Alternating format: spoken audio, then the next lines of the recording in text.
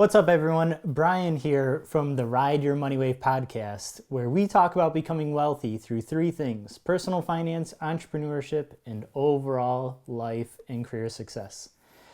I wanted to take a second because it seems like nowadays we all have a little bit more time on our hands, seeing that we are all quarantined at home and trying to avoid this coronavirus.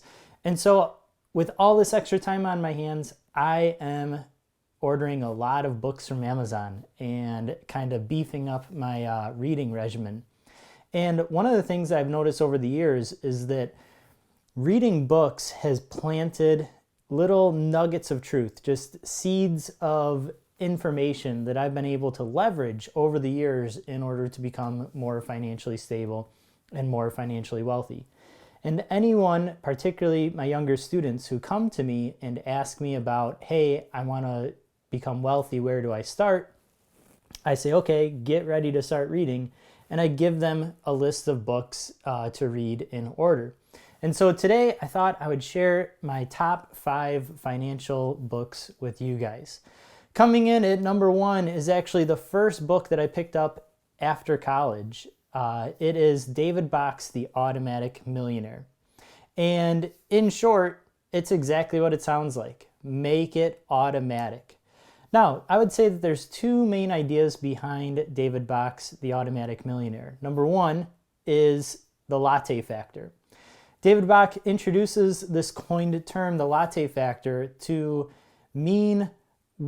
focus on the small things that add up to big things. So for example, buying a coffee every day. Maybe it's $4, right? And so $4 doesn't sound like a lot of money, but when you add it up, it can equal $20 a week, $80 a month. And if you invest that $80 into the S&P 500 over your lifetime, that will be hundreds of thousands of dollars. And so the latte factor is a term that David Bach coined in order to get us to focus on the small things and realize that they actually add up to big things. There's times when I think the latte factor makes sense, and then there's also times when I don't think that it does. For example, me personally, when I was first starting off, I would focus on my own latte factor, and I was trying to trim as much out of my budget as I possibly could. But when it hits the point where you're spending more time trying to save the money than you could take that time to actually make more money, I don't think the latte factor really makes much sense. Case in point, my wife and I, we eat out quite a bit. And the reason why we do is because our meals generally come between about $15 and $20. So even if we did that 5 days a week, that would be $400 worth of eating out. Now that sounds like a lot of money, but think about all the time that we save by not going grocery shopping, by not prepping the food, by not cooking the food, by not really cleaning up. And if I can make $400 in an hour photographing a family session or an engagement session or something like that, then I am far better off taking that time and working on my business as opposed to cooking at home to try to save that money. So I think the latte factor makes sense when you are playing defense, but at some point in your wealth trajectory, I think it actually makes sense to kind of let go of the latte factor a little bit and focus on playing offense. The second main thing in David Bach's book is he talks about making it automatic. Now this, I think, is probably the number 1 most important aspect of wealth generation, and that is pay yourself first. Make it automatic. And by that, I mean simply, before you get your paycheck, set aside a minimum of 15 to 20% of every paycheck. Now, this sounds like a lot of money, but here's the deal. You will get used to it. And if you do it from the very beginning, you will automatically adjust your lifestyle to the money that you see. I have a saying on the podcast, which is, if you can't see it, you can't spend it. And so I actually hide money from myself. I automatically invest money so that it goes towards my future standard of living as opposed to my current standard of living. And by making my decisions automatic, what I'm doing is I'm actually preventing myself from decision fatigue, and I'm preventing myself from making bad decisions and emotional decisions. So making it automatic, I think, is one of David Bach's greatest insights in his book, The Automatic Millionaire. Now, where do you make it automatic?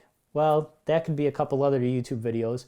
Or what we do is we go to my second favorite book, a book that truly changed my life. It totally shaped the way that I approach investing, and that is Burton Malkiel's A Random Walk Down Wall Street. I read this book when I was in grad school getting a degree in economics, and I had to take a finance class. And my professor made us read this book, and it's a pretty beastly book. It's, pushing 400, 500 pages. And what I loved about this book is that it gives you a history of stock markets, history of stocks, and then it shows you different approaches to investing and why it doesn't work. And instead, it uses data to prove the point that the best way to invest is through all the ups and downs, just continue to invest in broad-based, low-cost index funds. Because if you try to time the market, you're going to lose. And that is an incredibly important message, especially in today's volatility. While, just today alone, we saw, and this is April 1st, go figure, but just today alone, we saw that the Dow Jones dropped almost 4%. So this book I resort back to when I need a little bit of reassurance to remind myself, hey, through good times and in bad, invest in broad-based index funds. I normally warn my students, I'm like, hey, listen, this is a little bit of a beast of a book, but you read it once in your life and it will change the trajectory of how you approach investing. So this definitely ranks very high on my list of influential books. The third book that I actually don't have on me, the same with Automatic Millionaire, is because I'm quarantined in my house and all of my library is actually at school with me. But the third book that I think is imperative to read, number 3 and 4, they're kind of like brother and sister. That would be The Millionaire Mind by Thomas Stanley and The Millionaire Next Door.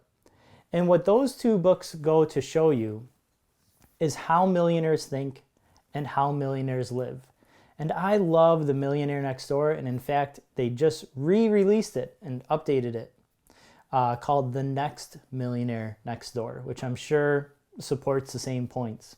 But the idea behind both of these books is that millionaires are actually among us.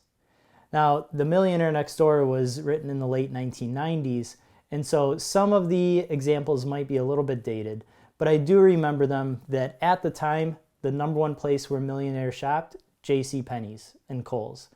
Number one car that they drove was a 3-year-old used Honda Civic. They lived in a 2,400 square foot house.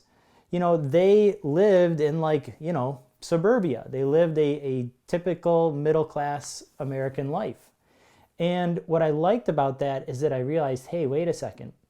That's the life that I grew up with. That's the life that I'm used to. And becoming a millionaire isn't necessarily about what you can show, but rather the options that it gives you on how to live. And so that book is really what influenced me to come up with the saying that wealth is not what you see, it's what you don't see. And so now I'm really not impressed too much by fancy cars or super expensive watches or anything like that, because that's the stuff that I can see. And instead, what impresses me are the things that I can't see. I can't see your house being paid off. I can't see your net worth. I can't see you maxing out your 401k every year. I can't see how much you have in your investable accounts. Those are things that we can't see.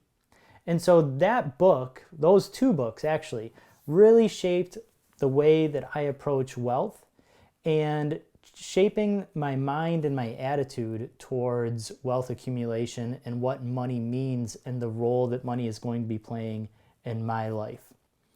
Now, to round this out, we covered 4 of my favorite. The 5th book that I just absolutely love, it kind of coincides with a random walk down Wall Street, and that is this guy right here, A Boglehead's Guide to Investing. I never remember, is it Bogle or Bogle? I think it's Jack Bogle. But anyway, this book, I would argue, is like the Bible of investing. And the reason being is because it goes through and it supports this idea of investing in broad-based, low-cost index funds. Jack Bogle is no longer with us, but he is the guy that single-handedly created the index fund to track a broad-based index. He started Vanguard. Vanguard has like over $1 trillion worth of assets under management. I think it is actually the largest brokerage house. And I'm sure someone way down the road when they finally see this is gonna like comment below and correct me on this. But they are just a huge broker, huge player in the game. And what he does is he goes through and he shows you that wealth is largely generated based on what you don't pay for rather than what you do pay for. And by that, he means management fees.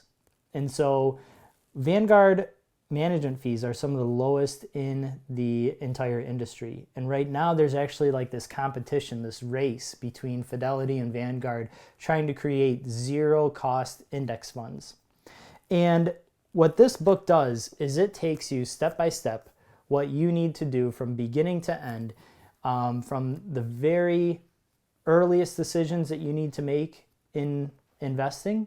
It explains asset allocation, it explains dollar cost averaging, and then it even gets into some more complicated things about tax structures and where you should be putting your least tax efficient investments. And so it really gives you an entire course book on investing in just a single easy to read book. I love this book, and every once in a while when I have my own question about investing, I come right back to it and look it up using this. So there you have it, guys. There are 5 of my favorite books that have influenced me on how to become a better investor and how to have a better relationship to manage my money. I truly believe that wealth is accessible to everyone, and there is a whole system in place in order to help you become wealthy. That system is any asset that you can buy or trade. It's whether it's a stock market, whether it's real estate investment trusts, whether it's index funds or mutual funds, they are there to make you wealthy in the long run. And so if it's so accessible and so easy, I mean, you can invest while being on your phone. Why aren't more people doing it? And the answer is because they don't control their mind. They don't have a good relationship with their money to begin with. And so these 5 books are a great place to start.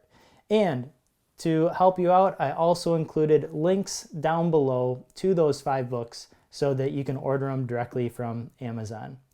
All right, so guys, until next time, take care, start reading, and remember, we are doing this so you can go out there and go live your best life. Take care.